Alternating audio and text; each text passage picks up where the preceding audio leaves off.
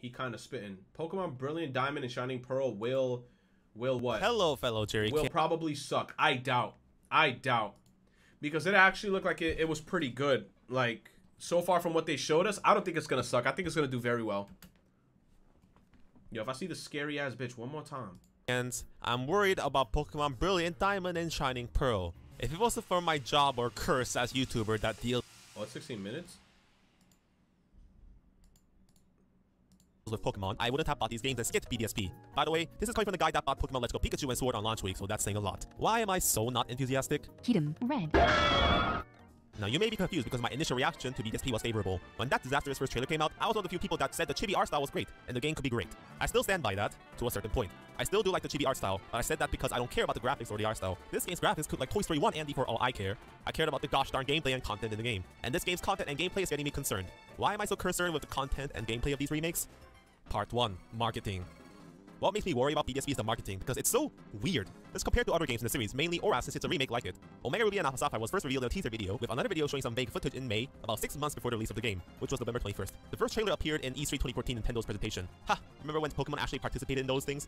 Anyways, after that, around every second week of every month until November, they released a new trailer with new footage. Usually with each trailer, they showed at least one new Mega Evolution, ha! Remember those existed? Or new features like Cosplay Pikachu, or the new contest or super secret bases. They basically hyped the game with little bits of information being revealed bit by bit. There was always a new feature or a new Pokemon form that was introduced every month, until an animated trailer to finally top it off on launch day. In total, there were 13 unique trailers with unique footage before launch day. I'll have to say Aura's had great marketing, and it made me hyped for the game. Anyways, let's compare that to Brilliant Diamond and Shining Pearl. We got the reveal of the game on February 27th, about 9 months before the release of the game. The game was revealed together with Legends Arceus on a Pokemon Presents video. After that, radio silence. Okay, I understand what he's saying.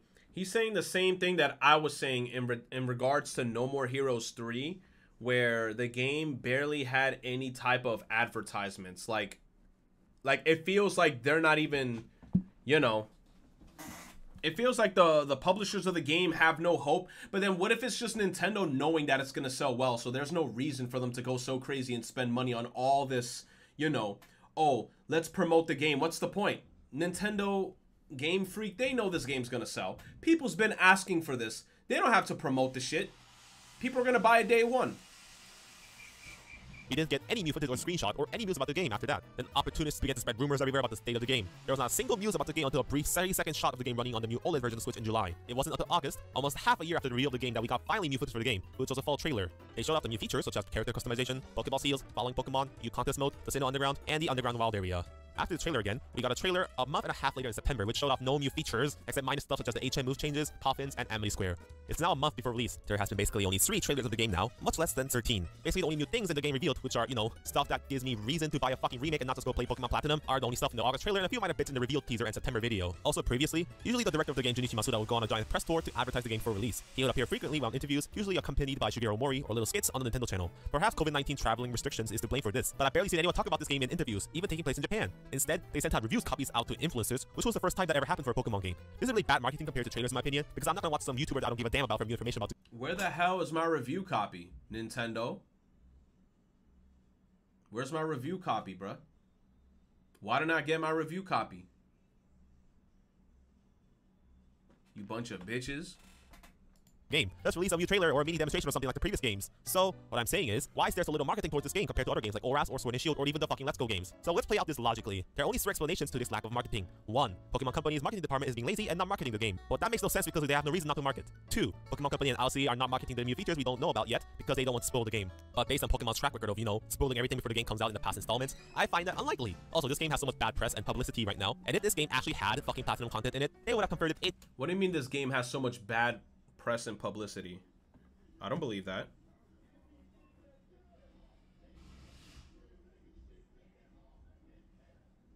I don't think it has bad press. Years ago. Or 3, they are not releasing many videos because they don't have many. You say you're not a Nintendo bootlicker. I'm not. Nintendo. Funny enough, he talking about marketing with trailers, and a trailer just dropped today. Really? Another trailer dropped today? New features to show. This is just a copy-paste of Pokemon Diamond and Pearl, and they don't have anything to show off. No new areas, no new forms for Sinnoh Pokemon, no Platinum content, no Delta episode version equivalent for Giratina. Good God help me. The first explanations are not impossible, but what do you think is the most likely explanation, fellow Derricans? Also, the Pokemon Company seems to have more faith in Legends Arceus because they started doing cryptic bullshit ARG marketing in October instead of the game that comes out in a month. See why I'm so fucking worried about this game? When was the last time Pokemon didn't barely doing marketing because there was barely new content to show off? Oh yeah, the last time that happened was Pokemon Ultra Minge and Ultra Queef, and that game turned out to be, you know, terrible. The titular Gen 4 remake seems to be sidelined for the experimental Legends Arceus, which quite frankly doesn't look good to me. They have more faith in the Genshin ripoff, and they outsource the remakes to some obscure developer. Remember when I said the past is getting brighter in my previous video? Good times. Part 2. How fucking unoriginal. I have a challenge for you all. I'm gonna ask you a simple question for you all jerrycans. Except for the Mew clothing options in the Mew Underground Wild area, can you name a single Mew concept from Pokemon Brilliant Diamond and Shining Pearl that wasn't in the original games? Like, revamped Underground hidden bases and contests don't count. These are all stuff from the original games but with better graphics and quality of life improvements. You can't answer my question now, right? My point is, Brilliant Diamond and Shining Pearl is the most unoriginal game since USUM. I'm worried this game will be I mean, realistically speaking, it's a remake though. It's a remake of a game, so it's kind of like if you were expecting like some over-the-top brand new shit, like what were you expecting though? Like that's the question I wish I could give to him. What were you expecting? What new content would you like to have seen in this game?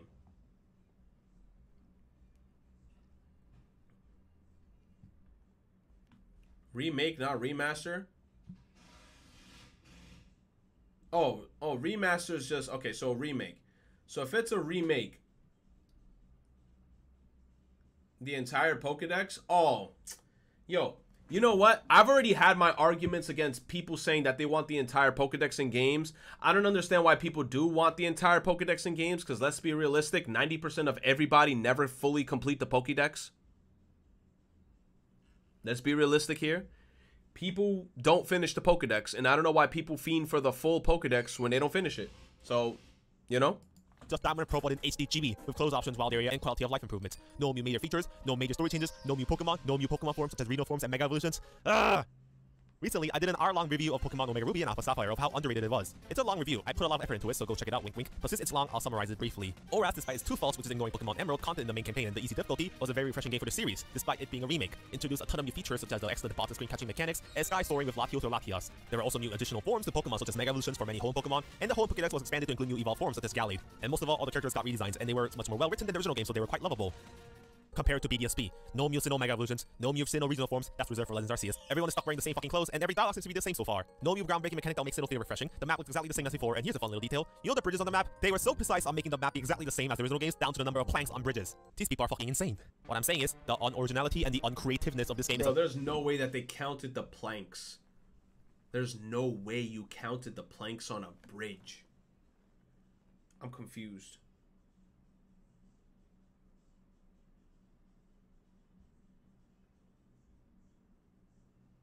Oh my god, this Phantom's IVs is trash, dude. I need like a 640 or some shit. I think that's the perfect 100% IV. Astounding, and I hate it. I don't want it to be an exact one-to-one remake. This isn't the remastering of a video game, it's a goddamn remake.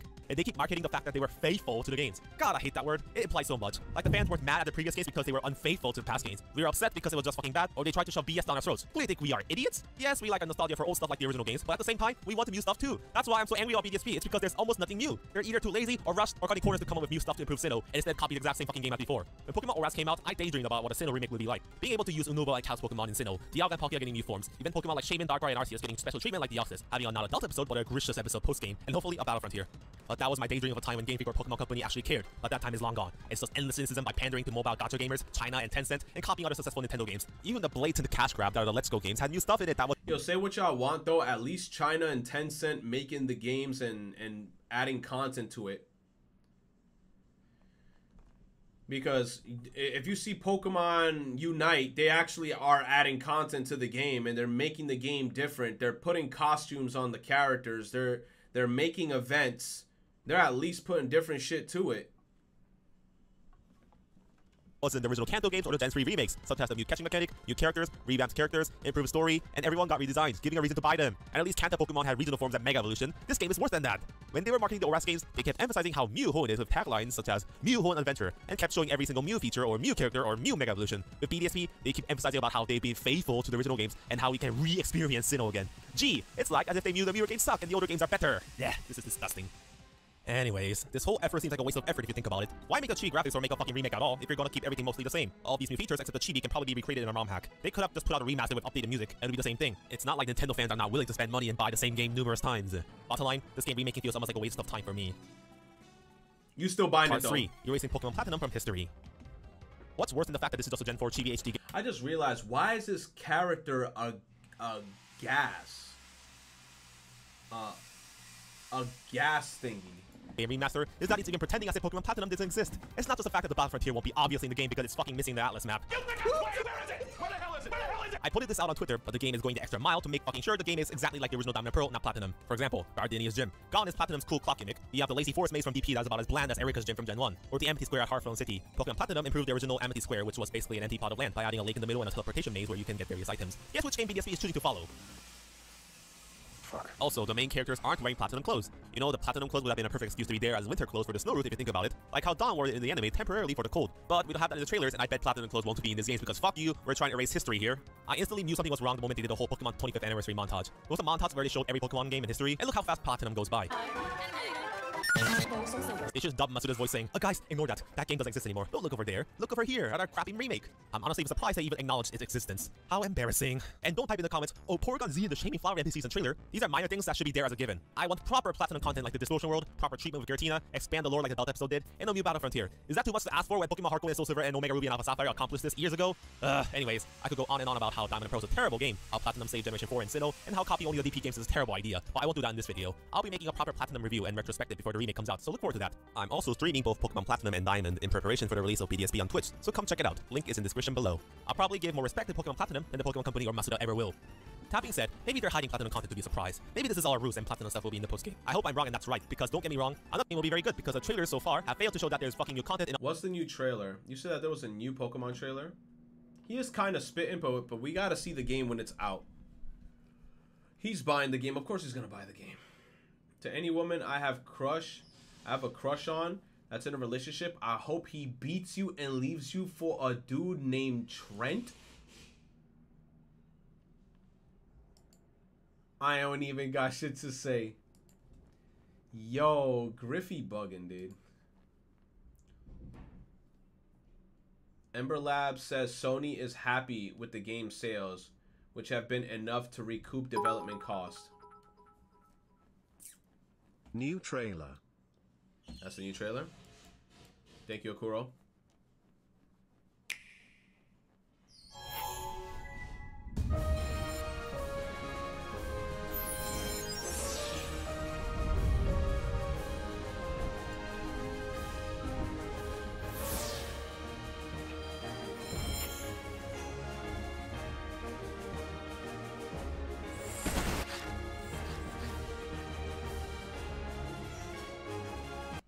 Can this dick fit in your mind?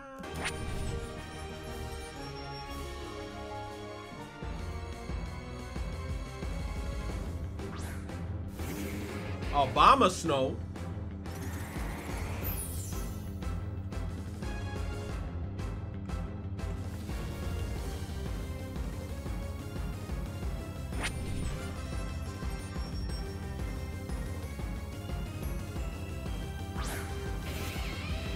Luxray.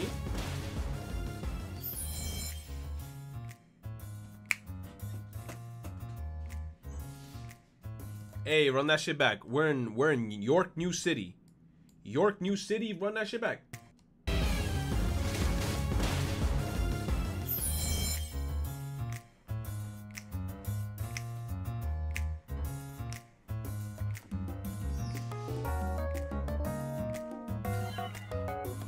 Yo, that's clean.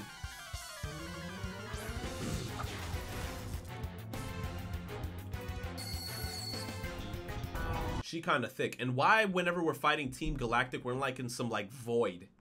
We're like in a random void area. What is that? Yo, Jupiter looking kind of tasty.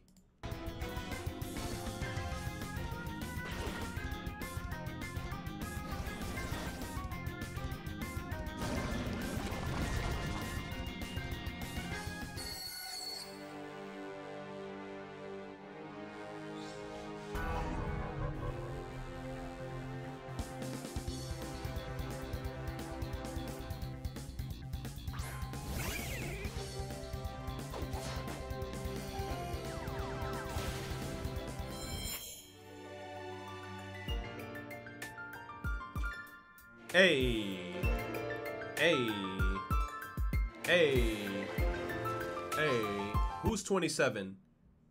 Who's 27 years old? You talking about him? He's 27? If he's 27, I'm fucking Master Yoda from Star Wars, because that's cap. This man got the face of a 50-year-old. 27? How much cigarettes did he smoke?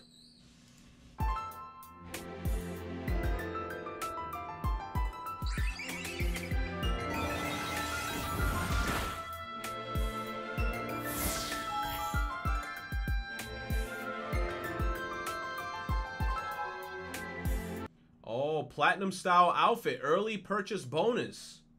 Receive in-game by February 21st, 2022. And then I get to get the Dawn and the Lil Jimmy drip. Okay. That's not bad. It's free. Because anybody who just gets the game before February is going to have this. So, that's fine. A gift of Manaphy egg via mystery gift as well. Receive it before February 21st, which is a lot of time because you got November, December, January. You got like 3 months. And then you know everybody during that time frame is going to obviously cop the game. He says, you asking me if I'm copping? Of course I'm a cop. I said since day one I was going to cop this game. We're going to do a Nuzlocke on this shit. The internet connection is required to receive the Manaphy egg. So if you got no internet, rest in peace.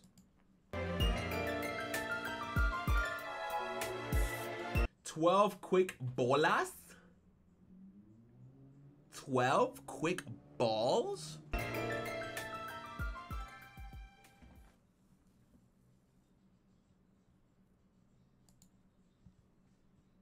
Not bad.